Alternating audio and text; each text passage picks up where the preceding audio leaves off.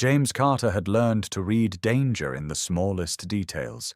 A shifted glance, a hurried step, the way someone held their coffee cup too tightly. But as he watched the black sedan circle the elementary school parking lot for the third time, his trained instincts screamed louder than they had in years. The 8-year-old girl beside him was completely unaware, chattering about her art project, while he calculated exit routes and threat levels with the precision of someone who'd done this before, just not as a single father picking up his daughter from school. When his phone buzzed with a job offer to protect a CEO's daughter, James thought it would be simple. He had no idea how wrong he was. The rain hammered against the windows of James Carter's modest 2-bedroom apartment in Ballard, Seattle, creating a rhythm that once might have reminded him of distant machine gun fire. Now it was just Tuesday morning noise while he made breakfast for his daughter Lily. The 8-year-old sat at their small kitchen table, carefully coloring inside the lines of a princess drawing, her tongue poking out in concentration the same way her mother Amanda used to do when she was focused on something important. James cracked eggs into the pan with practiced efficiency, his movements economical and precise. 3 years of single fatherhood had taught him to multitask in ways the army never had. Check the eggs, monitor Lily's backpack by the door, listen for any unusual sounds from the hallway, all while mentally running through the day's schedule.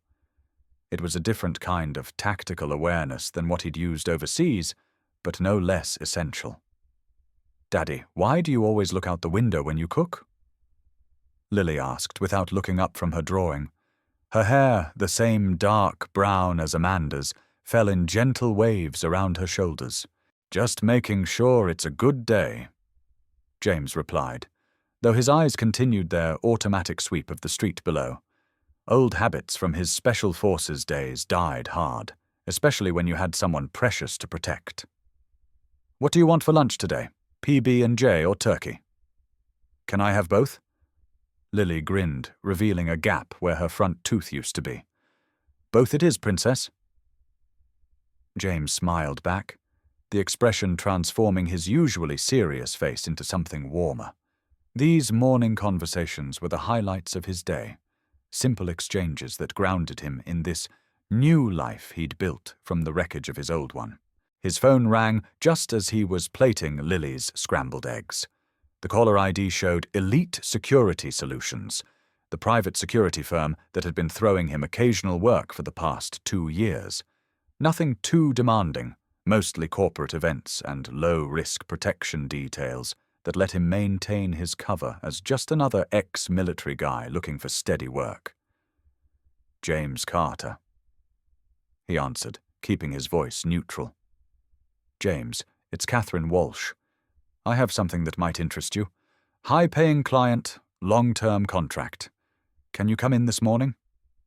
James glanced at Lily, who was now humming while she ate. School didn't start for another hour, and his neighbor Mrs. Chen had agreed to handle pickup duty when needed. "What kind of detail?" "Executive protection. CEO of a tech company, has a 10-year-old daughter. Mostly school runs, weekend activities. The pay is substantial." The hesitation in Catherine's voice told James there was more to it than simple babysitting. There always was. "Any specific threats?" "That's something we'll discuss in person. Can you be here by 10? James looked around his small apartment. The second-hand furniture, Lily's artwork covering the refrigerator, the stack of bills on the counter that he'd been strategically ignoring. Substantial pay meant financial breathing room, maybe even enough to move to a better neighborhood with better schools. "I'll be there." After dropping Lily off at Greenwood Elementary, James drove across town to Elite Security's downtown office. The building was all glass and steel, the kind of place that screamed money and discretion in equal measure.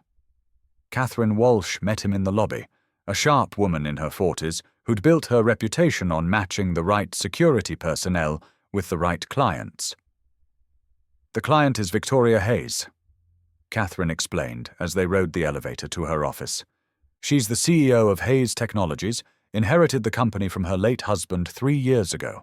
Since then, she's grown it from a regional player to a national competitor in cybersecurity. James nodded, filing away the information. Tech money, family business, widow, all standard background for this type of client. What changed? Why does she need protection now? Catherine's expression tightened. 2 weeks ago, she started receiving threats, anonymous messages, mostly digital, targeting her daughter, Grace. The police are treating it seriously, but they can't provide round-the-clock protection for a 10-year-old. They reached Catherine's office, a space that managed to be both professional and welcoming.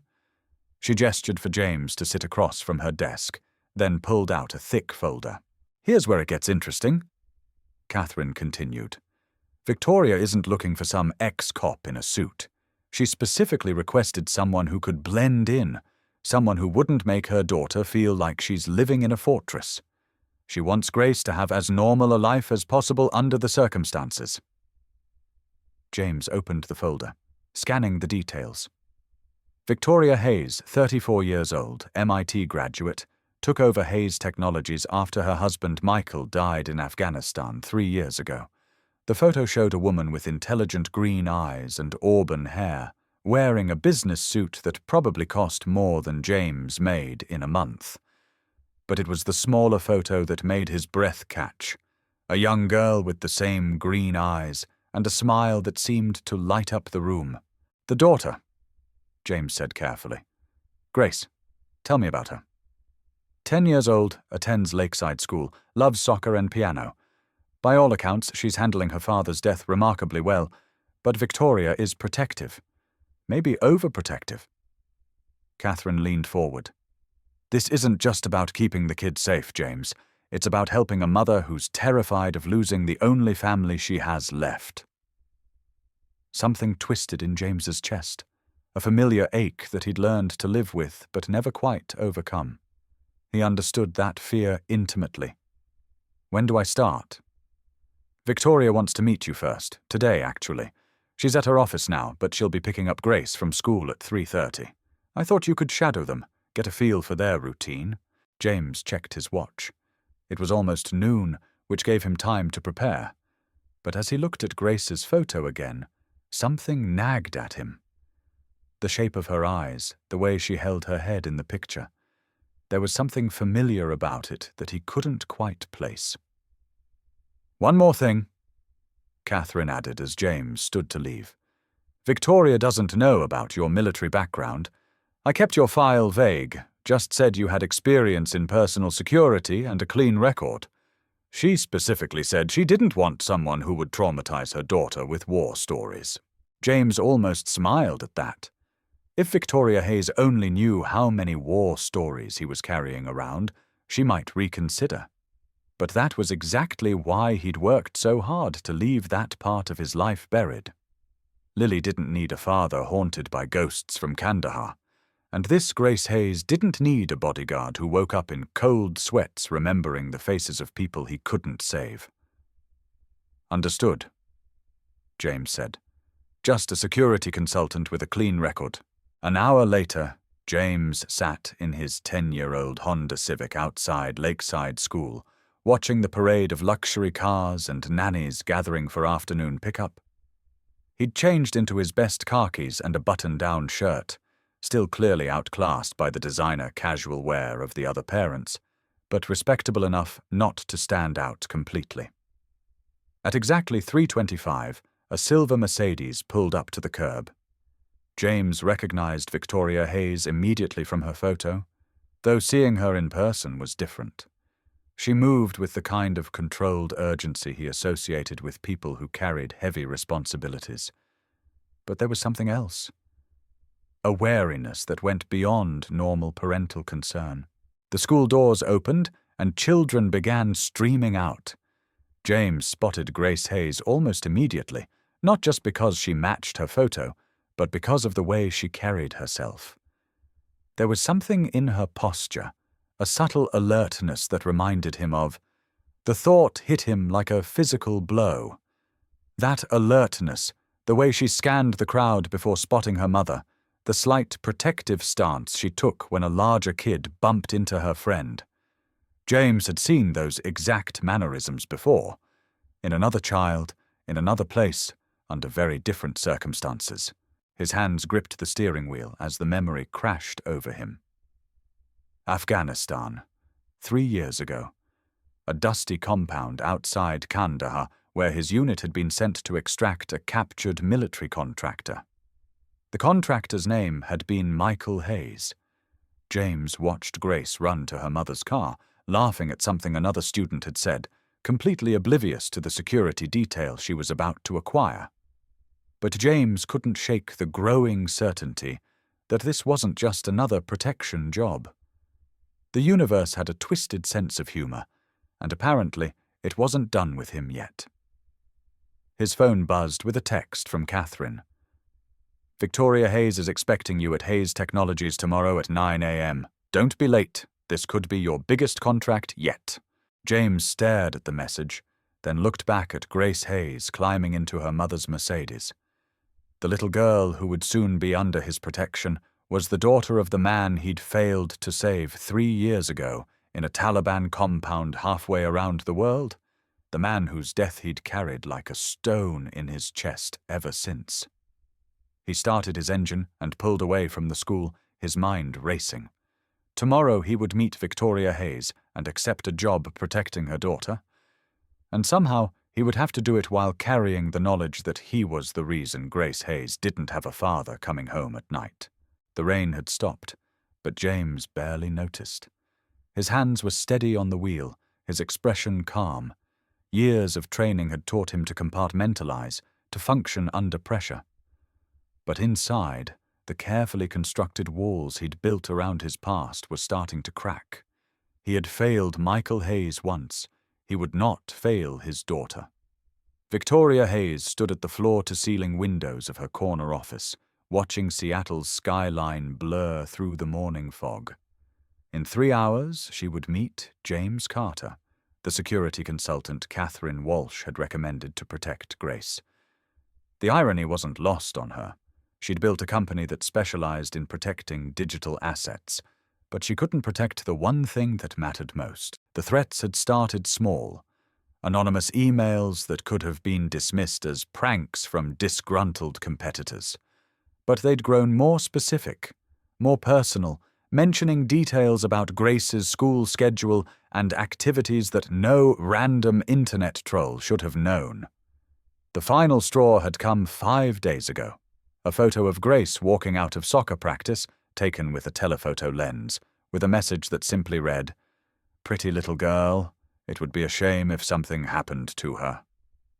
Victoria's assistant knocked and entered without waiting for permission, a privilege earned through 2 years of managing Victoria's increasingly complicated schedule. "Your 9 o'clock is here," Sarah announced. "James Carter from Elite Security. Send him in." Victoria smoothed her blazer and moved away from the window. She'd interviewed 3 other candidates over the past week, all of them competent but wrong. Too aggressive, too obvious, too much like the kind of men who would turn Grace's childhood into a series of security checkpoints and constant fear. James Carter entered her office, and Victoria's first impression was relief. He was tall but not imposing, dressed in a simple grey suit that looked off the rack, but well maintained. His dark hair was neat without being military precise, and his blue eyes held the kind of steady attention that suggested competence without arrogance. Most importantly, he moved quietly, not sneaking, just naturally economical in his movements. "Mr. Carter, thank you for coming." Victoria gestured to the chairs across from her desk. "Catherine tells me you have experience with executive protection." "Some," James replied, settling into the chair with the same quiet efficiency. "Mostly corporate events, a few long-term assignments. Nothing too dramatic." Victoria studied his face as he spoke. There was something reassuring about his presence, not the aggressive confidence she'd seen in the other candidates, but a calm competence that reminded her of Michael. Her late husband had possessed that same quality, the ability to make difficult situations feel manageable just by being there. I need to be direct, Mr. Carter. My daughter is 10 years old, and she's already lost her father. I won't have her growing up afraid of shadows, but I also can't ignore the fact that someone out there wants to hurt her.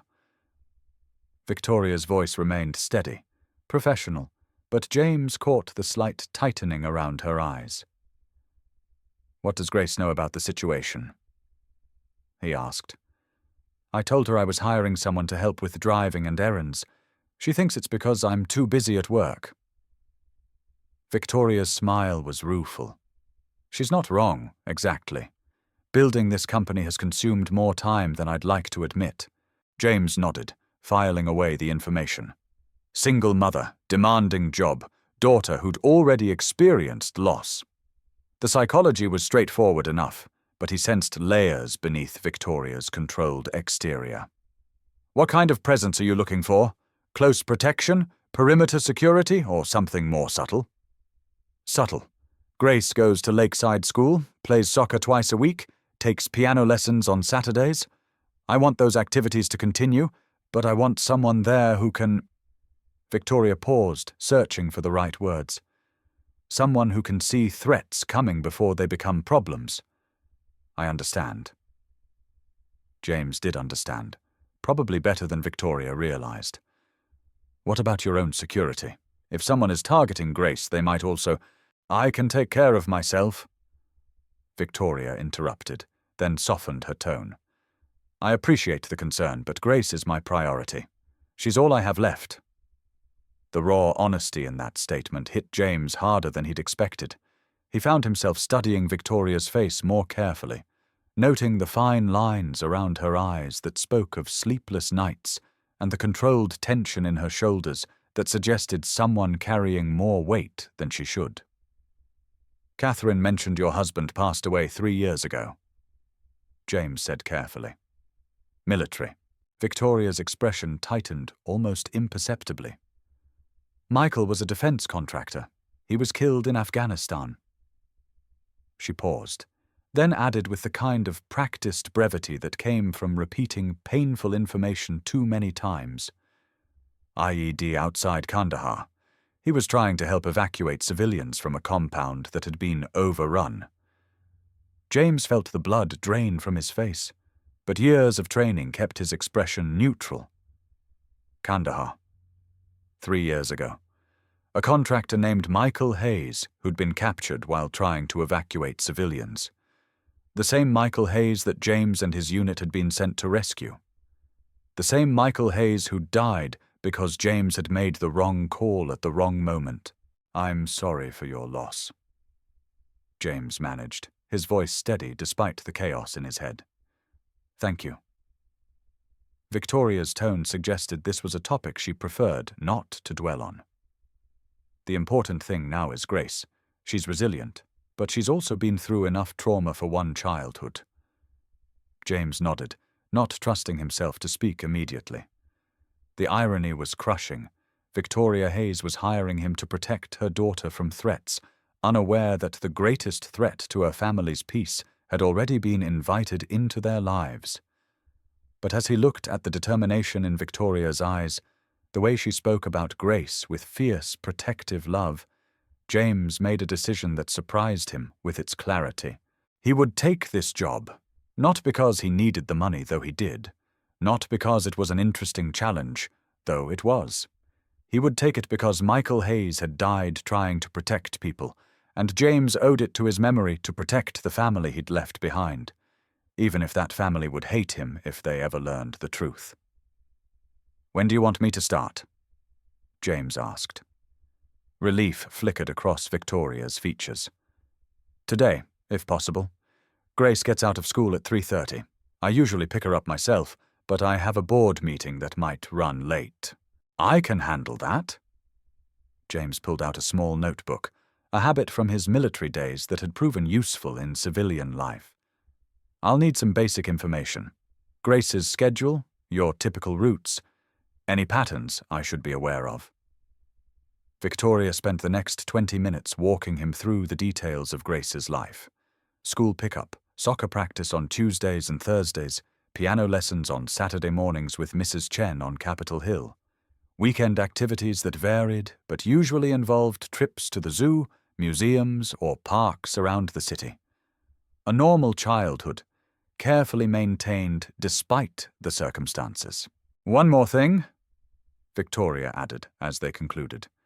"Grace is perceptive. She picks up on adult emotions more than most kids her age. If you seem nervous or overly vigilant, she'll notice." "I understand." James stood, shaking Victoria's hand with the firm but brief contact of a professional interaction. "I'll pick up Grace today and bring her straight home. What time should I expect you?" 6:30, maybe 7. I'll text you if the meeting runs longer." Victoria hesitated, then added, "Mr. Carter, thank you. I know this might seem like an overreaction to some people, but Grace is everything to me. I can't lose her, too." James met her eyes steadily. "You won't, I promise." As he left Victoria's office and rode the elevator down to street level, James felt the familiar weight of a promise made under pressure. He'd made similar promises before, to teammates, to civilians, to people whose names he still remembered when he couldn't sleep at night. Some of those promises he'd kept. Others, like the one he'd made to himself about bringing Michael Hayes home alive, had been broken by circumstances beyond his control. But this promise felt different. This wasn't about completing a mission or following orders. This was about a 10-year-old girl who'd already lost too much, and a mother who was trying to rebuild her life while carrying fears that no parent should have to bear. James walked to his car, already mentally mapping the route to Lakeside School and calculating the security considerations for each location on Grace's schedule. It was familiar work, the kind of tactical planning that had once been second nature. But as he drove through Seattle's afternoon traffic, one thought kept circling back. In 3 hours, he would meet Michael Hayes' daughter for the first time. And somehow, he would have to look into her eyes without seeing the ghost of the father he'd failed to save. The pickup at Lakeside School went smoothly, almost disappointingly so. James had positioned himself with clear sight lines to all entrances, mentally catalogued every adult in the vicinity, and identified 3 potential escape routes before Grace Hayes emerged from the building.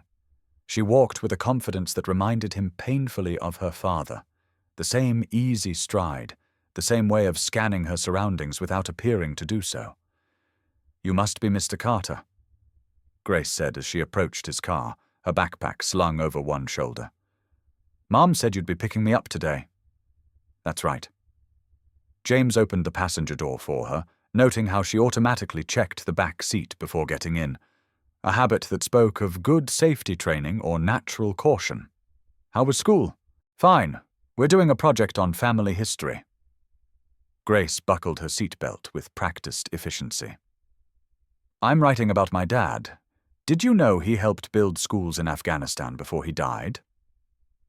The casual way she mentioned her father's death caught James off guard. Most 10-year-olds would either avoid the subject entirely or become emotional when discussing it. Grace spoke about Michael Hayes with the matter-of-fact tone of someone who'd processed her grief and moved forward. "That sounds like important work," James replied, pulling away from the school. He'd studied the route home extensively, choosing streets that offered good visibility and multiple turn options. "Mum says he wanted to help kids like me have better schools." Grace looked out the window as they drove through the tree-lined streets of her neighborhood. "Sometimes I wonder what he would think about Mum hiring a bodyguard for me." James glanced at her in the rearview mirror. "What do you think he would say?" Grace was quiet for a long moment, considering the question with the seriousness that seemed to characterize everything about her. "I think he'd say Mom is doing her best to keep me safe, even if it means I can't do some things other kids do." The insight in that statement made James's chest tighten. Grace Hayes wasn't just resilient, She was wise in the way that children who'd experienced loss too early sometimes became. She understood her mother's fears without resenting them, accepted limitations without complaint. "Your mum loves you very much," James said simply. "I know." Grace's reflection in the window smiled slightly. "She works really hard to take care of me. Sometimes I think she forgets to take care of herself." They drove the rest of the way in comfortable silence, Grace working on homework while James monitored their surroundings with the automatic vigilance of long practice. No suspicious vehicles, no unusual pedestrian activity, nothing to suggest they were being watched or followed. But James knew that effective surveillance was often invisible, and the absence of obvious threats didn't mean they were safe. The Hayes house sat on a quiet street in the Magnolia neighborhood, a modest two-story colonial that managed to be both elegant and welcoming. James parked in the driveway and walked Grace to the front door, noting the security system keypad and the strategic placement of exterior lighting. "Do you want to come in?" Grace asked as she unlocked the door. "Mom won't be home for a while, and Mrs. Peterson from next door is supposed to check on me, but she usually just calls." James hesitated. His instructions had been to deliver Grace safely home, not to babysit. But something about the way she asked, not demanding or manipulative, just genuinely offering hospitality, made him reconsider. "For a few minutes," he decided, "until your neighbor calls." Grace's face lit up with a smile that transformed her from a precociously mature 10-year-old back into a regular kid. "Great, I was going to make a snack anyway. Do you like apple slices with peanut butter?" The inside of the Hayes house was warm and lived in, with family photos covering the mantelpiece and Grace's artwork displayed on the refrigerator. James found himself studying the photos while Grace prepared their snack, looking for traces of Michael Hayes in the family portraits. There he was, a tall man with kind eyes and Grace's same confident smile, his arm around a younger Victoria who looked less guarded than the woman James had met that morning.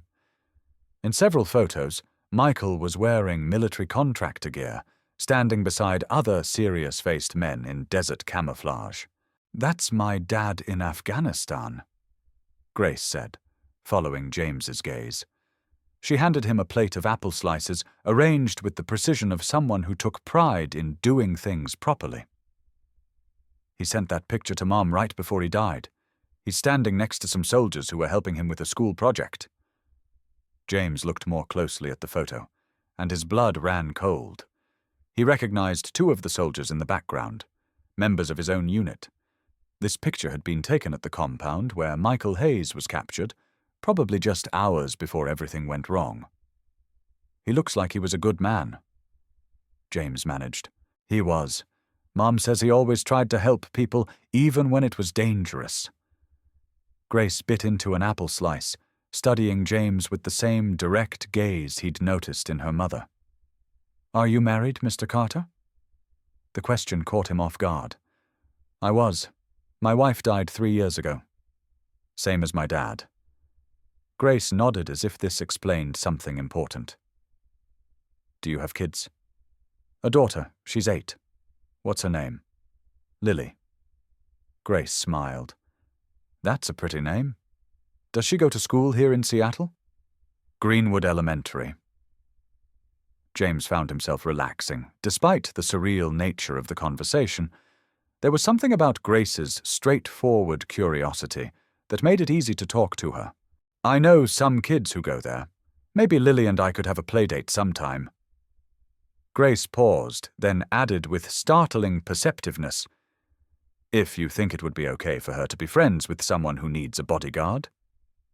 James looked at this remarkable little girl, orphaned too young, living under the shadow of threats she didn't fully understand, yet still thinking about making new friends and including others. The resemblance to her father went beyond physical features.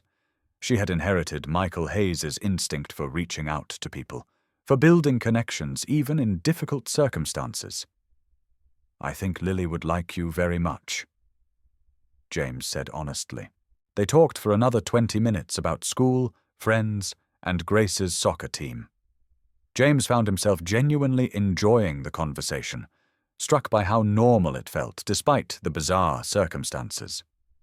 When Victoria's key turned in the front door at 6:45, he was surprised by how quickly the time had passed.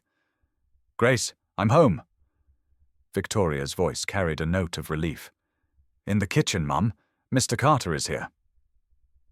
Victoria appeared in the kitchen doorway, still wearing her business suit but looking more relaxed than she had that morning.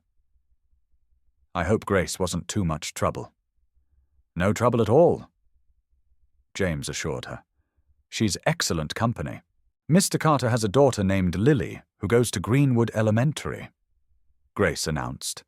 "I told him maybe we could have a playdate sometime." Victoria's expression shifted slightly, becoming more guarded. James recognized the look, the automatic protective instinct of a parent who'd learned that other people's children came with complications their family didn't need. "That's something we could discuss later," Victoria said diplomatically. "Mr. Carter, how did the pickup go? Any issues?" "None at all. Grace was ready when I arrived, and we had a quiet drive home." James stood, recognizing his cue to leave. "I'll be back tomorrow morning at 7:30 for the school run, unless you need me earlier." "7:30 is perfect." Victoria walked him to the front door. "Thank you for today. I know this arrangement is unusual, but—" "It's not unusual at all," James interrupted gently. "You're protecting your daughter. That's what good parents do." Victoria's smile was grateful, but tired. "Sometimes I wonder if I'm protecting her, or just teaching her to be afraid." James glanced back toward the kitchen, where Grace was clearing their plates with the same methodical precision she'd shown in arranging the snack. "She doesn't seem afraid. Cautious maybe, but not afraid. There's a difference." "I hope you're right." Victoria opened the front door. "See you tomorrow morning." James drove home through Seattle's evening traffic, his mind churning with the events of the day. In the space of 8 hours, he'd gone from anonymous security contractor to the protector of Michael Hayes's daughter, a development that would have seemed impossible yesterday morning. The cruel irony wasn't lost on him. He'd spent 3 years carrying the guilt of Michael's death, and now fate had placed him in a position to protect the family Michael had left behind. It felt like cosmic justice or cosmic punishment, depending on how he chose to look at it. Back in his own apartment, James found Lily at the kitchen table, working on homework under Mrs. Chen's patient supervision. His neighbor was a retired teacher who'd become an unofficial grandmother figure to Lily, filling some of the gaps that James couldn't bridge on his own. "How was your day, Daddy?" Lily asked, looking up from her math worksheet. "Interesting," James replied, ruffling her hair. "I met a little girl who's a couple years older than you. Her name is Grace." "Is she nice?" James thought about Grace's easy confidence, her thoughtful questions, the way she'd instinctively included him in conversation, despite barely knowing him. "Very nice. She reminds me a little of you, actually." Lily grinned. "Maybe we could be friends? Maybe." But even as he said it, James knew how complicated that friendship would be. Every interaction between their families would be built on a foundation of lies and half-truths. Victoria Hayes had hired him because she trusted him to protect her daughter, not knowing that he was the reason Grace needed protection from his own guilt and secrets. That night, after Lily was asleep, James sat at his kitchen table with a cup of coffee and a folder full of information about the Hayes family. He'd requested additional background from Catherine Walsh, ostensibly to better understand the security situation, but really because he needed to know more about the life Michael Hayes had built before Afghanistan destroyed everything. The files painted a picture of a man who'd balanced family and career with apparent ease. Michael Hayes had started his contracting business after leaving the army, specializing in infrastructure projects in conflict zones. He'd met Victoria during her graduate program at MIT married her 6 months later, and spent the next several years building both a company and a family with the same methodical dedication. The final report in Michael's file was the incident summary from his death. Clinical language that reduced a man's life to bullet points and time stamps. James had read similar reports before, but this one made his hands shake as he turned the pages. Michael Hayes had been supervising the construction of a girls' school outside Kandahar when Taliban fighters overran the compound. Instead of evacuating with the construction crew, he'd stayed behind to help get local civilian workers to safety. By the time James's unit arrived for the rescue operation, Michael had been held captive for 18 hours. The rest of the story was burned into James's memory in precise, painful detail. The tactical approach that had seemed sound based on intelligence reports. The moment when everything went wrong. The choice James had made in the split second when he could have saved Michael Hayes or 3 other hostages, but not all of them. James had chosen to save the 3. Michael Hayes died 30 seconds later when the building collapsed from explosives the Taliban had rigged as a trap. Officially, the mission was logged as a partial success. 3 lives saved, 1 lost, acceptable casualties under the circumstances. Unofficially, James had never forgiven himself for those 30 seconds of calculation, for treating Michael Hayes like a number in an equation instead of a husband and father who deserved to come home. Now, 3 years later, he was sitting in his apartment reading about Michael's daughter's soccer schedule and piano lessons, preparing to spend his days protecting a child who would hate him if she ever learned the truth.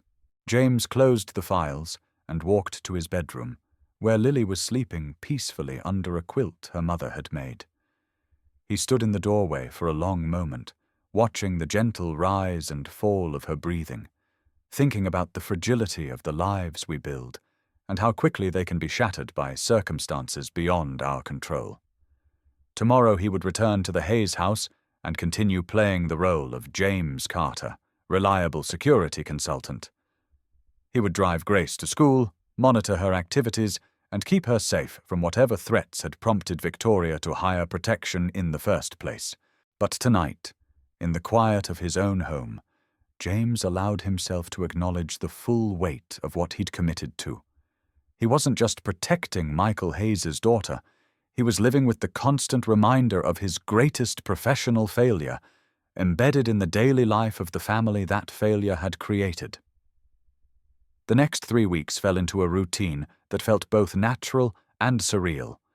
James arrived at the Hayes house each morning at 7:30, shared coffee with Victoria while Grace finished getting ready for school, then drove Grace through Seattle's morning traffic to Lakeside. Afternoons meant pickup duty, occasional stops for groceries or errands, and increasingly frequent conversations that revealed the depth of Grace's intelligence and resilience. Victoria began staying later at work, trusting James to handle more aspects of Grace's schedule. Soccer practice, piano lessons, weekend trips to the library or museum, James found himself becoming not just Grace's protector, but a consistent presence in her daily life. The threatening messages continued sporadically, mostly digital harassment that seemed designed more to frighten than to indicate immediate danger. But James treated each communication seriously, adjusting routes and timing based on the content and timing of the threats. What he hadn't expected was how much he would genuinely enjoy Grace's company. She had her father's gift for putting people at ease, combined with a curiosity about the world that reminded James of why he'd once believed in the importance of protecting innocent lives.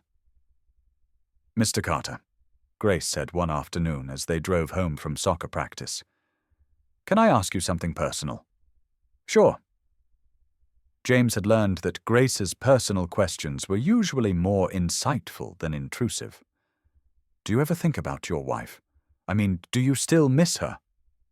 The question hit harder than James had expected. "Every day." Grace nodded, as if this confirmed something she'd already suspected. "I think about my dad a lot, too. Mum says that's normal, but sometimes I wonder if thinking about him so much makes it harder for me to be happy about other things." James glanced at her in the rearview mirror. "What do you think?" "I think maybe missing someone and being happy can happen at the same time." Grace was quiet for a moment, then added, "Like, I can be sad that Dad isn't here to see me play soccer, but I can still be excited about scoring a goal." The wisdom in that observation made James's throat tighten. That sounds exactly right. "Do you think Lily misses her mom the same way?" "I think she does. She was only 5 when Amanda died, so her memories are different than yours, but—" James paused, surprised by how easily he was sharing personal details with a 10-year-old. "Yes, I think she misses her mom every day. Maybe that's something we could talk about if we ever have that playdate."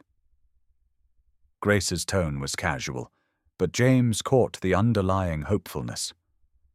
The playdate had become a recurring topic of conversation, always initiated by Grace and always deflected by Victoria with polite vagueness. James understood Victoria's reluctance. Allowing their personal lives to become entangled would complicate the professional relationship she'd hired him to maintain. But as James watched Grace's enthusiasm dim slightly at the continued delay, he found himself wishing things could be different. Grace and Lily would probably be good friends, and both girls could benefit from knowing someone else who understood the particular challenges of growing up without one parent. That evening, as James was preparing to leave the Hayes house, Victoria asked him to stay for a few minutes after Grace went upstairs to start her homework. "I wanted to talk to you about Grace's attachment to you," Victoria said once they were alone in the living room. "She mentions you constantly. Mr. Carter said this, Mr. Carter thinks that. I'm concerned she's becoming too dependent on your presence." James chose his words carefully. "She's a remarkable kid. It's natural that she'd form connections with the adults in her life. That's what I'm worried about." Victoria moved to the window, looking out at the street with the same vigilant attention James had noticed in both her and Grace. "She's already lost one important man in her life. I don't want her to get attached to someone who might not be permanent." The implication stung, even though James knew Victoria was being practical rather than personal. "I understand your concern, but Grace is smart enough to understand that my job is to keep her safe, not to replace her father." "Is it?" Victoria turned from the window, her green eyes searching his face. "Because sometimes I watch the two of you together, and it seems like more than a professional relationship." James felt heat rise in his face. "I care about Grace's well-being. That makes me better at protecting her, not worse. I'm not questioning your professional competence." Victoria's tone softened slightly. "I just need to know that you understand the boundaries. Grace has been through enough loss for one childhood." The conversation ended there, but it lingered in James's mind as he drove home. Victoria was right to be cautious about Grace forming attachments to temporary figures in her life. What she didn't know was that James's connection to Grace went far deeper than professional obligation or even genuine affection for a remarkable child. Every day he spent protecting Michael Hayes's daughter was a day spent living with the weight of his failure to protect her father. Every smile Grace gave him, every moment of trust she showed, was a reminder of the man who should have been there instead. But as James tucked Lily into bed that night and listened to her talk excitedly about the possibility of meeting Grace someday, he realized that his feelings about the situation were more complicated than simple guilt. Protecting Grace had begun to feel less like penance and more like purpose, a chance to honor Michael Hayes's memory by ensuring his daughter grew up safe and happy. The thought should have been comforting. Instead, it terrified him. Because the more he cared about Grace and Victoria Hayes, the more devastating it would be when they inevitably learned the truth about who he really was and what he'd failed to do 3 years ago in Afghanistan. 2 days later, everything changed. James was waiting in the lakeside school parking lot for afternoon pickup when his phone buzzed with a text from an unknown number. The message was brief but chilling. "The girl dies today unless you back off." His blood ran cold as he read the words again.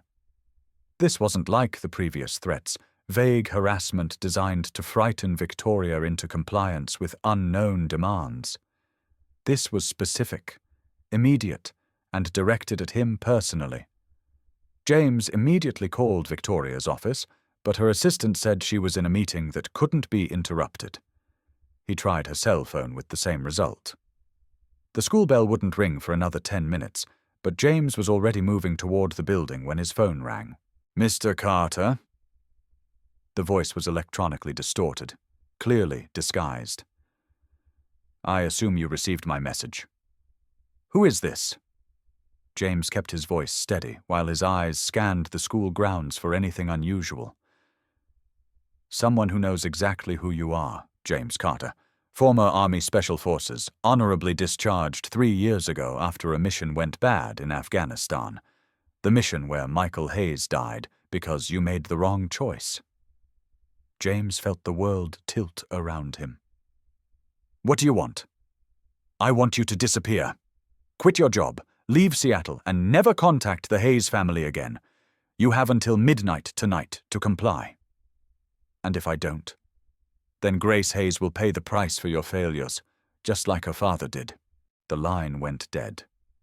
James stood in the middle of the parking lot, his mind racing through possibilities and implications. Someone knew his real identity and his connection to Michael Hayes's death. Someone who was willing to use that knowledge to threaten Grace. The school bell rang, and James forced himself to focus on immediate priorities. Grace needed to be picked up safely, brought home, and protected while he figured out who was behind the threats and what they ultimately wanted. Grace emerged from the school building with her usual confident stride, but James noticed she was scanning the crowd more carefully than usual. Her survival instincts, inherited from her father and sharpened by 3 weeks of subtle security awareness, were telling her something was wrong. "Everything okay, Mr. Carter?" she asked as she got into the car. "You look worried." "Just thinking through some logistics," James replied, pulling away from the school while continuously checking his mirrors. "How was your day?" "Fine. We had a lockdown drill during lunch." Grace buckled her seatbelt and settled back in her seat. "Mrs. Anderson said it was just practice, but some of the kids seemed really scared." James's attention sharpened. "A lockdown drill? Was that scheduled?" "I don't think so. It seemed kind of sudden." Grace paused, then added with the perceptiveness that never failed to surprise him. "You don't think it was really a drill, do you?" James weighed his options. Grace was smart enough to sense when adults were withholding important information, and she deserved to know if there was an immediate threat to her safety. But Victoria had been clear about not wanting Grace to live in fear. "There might be some increased security concerns," James said carefully. "That's why it's important for you to stay close to me and follow instructions quickly if I ask you to do something unusual." Grace nodded seriously. "Like if you told me to get down in the car or run to a specific place." Exactly like that. They drove home in silence, Grace seeming to understand that this wasn't the time for casual conversation. James took a longer route than usual, checking repeatedly for surveillance while his mind worked through the tactical situation. Someone had researched his background extensively enough to discover his military service and connection to Michael Hayes. That suggested either exceptional computer skills or access to classified military records. The timing of the threat, coming just after a suspicious lockdown drill at Grace's school, indicated coordination and planning. Most troubling was the specific nature of the ultimatum. The caller wasn't demanding money or seeking to manipulate Victoria's business decisions. They wanted James gone, which suggested that his presence was somehow interfering with a larger plan. As they pulled into the Hayes driveway, James made his decision. Grace's safety was more important than his promise to Victoria about maintaining boundaries. It was time to tell Victoria the truth about who he was and why someone might want him away from her family. But as Grace unlocked the front door and called out her usual greeting, they were met with silence. Victoria's car was in the garage, but she wasn't answering Grace's calls. James felt his training kick in as he moved quickly through the house, checking each room while keeping Grace close behind him. They found Victoria in her home office, slumped over her desk, unconscious but breathing. "Mom!" Grace started forward, but James caught her arm. "Stay behind me," he ordered, his voice carrying the authority of someone accustomed to life-or-death situations. He checked Victoria's pulse and breathing, then scanned the room for signs of forced entry or struggle. On Victoria's desk, next to her unconscious form, was a single sheet of paper with a message printed in block letters. "You have 6 hours to decide. James Carter's life or your daughter's. Choose wisely." As James read the words, he felt the last pretense of his carefully constructed civilian life crumble away. The war he'd thought he'd left behind in Afghanistan had followed him home, and now the family he'd sworn to protect was caught in the crossfire of his past failures. Grace stood behind him, her face pale but determined, waiting for him to tell her what they were going to do next. In her green eyes, so much like her father's, James saw trust that he didn't deserve, and courage that reminded him why Michael Hayes had been worth dying for. The phone in his pocket buzzed with another text. 6 hours and counting. Make your choice, soldier." James looked at Grace, then at her unconscious mother, then back at the threatening message on the desk. For 3 years, he'd been running from the consequences of that failed mission in Afghanistan. Now it was time to stop running and finish what he should have completed 3 years ago. But first, he had to make sure Grace Hayes survived the night. Her father hadn't made it home from the war, but James would be damned if he'd let Michael's daughter become another casualty of battles that should have ended half a world away. "Grace," James said quietly, his voice steady despite the chaos in his mind, "I need you to listen very carefully to what I'm about to tell you. Your mom is going to be okay, but we need to get her to a hospital right now. And then you and I are going to have a very important conversation about your father." Grace nodded, her composure remarkable for a 10-year-old facing a crisis she didn't fully understand. "Are we in danger, Mr. Carter?" James met her eyes honestly. "Yes, but I promise you this. Whatever happens tonight, you're going to be safe. That's a promise I intend to keep." As he gathered Victoria into his arms and carried her toward the car, James felt the weight of that promise settle around him like armor. He'd failed Michael Hayes 3 years ago in Afghanistan, but he would not fail Michael's family tonight in Seattle.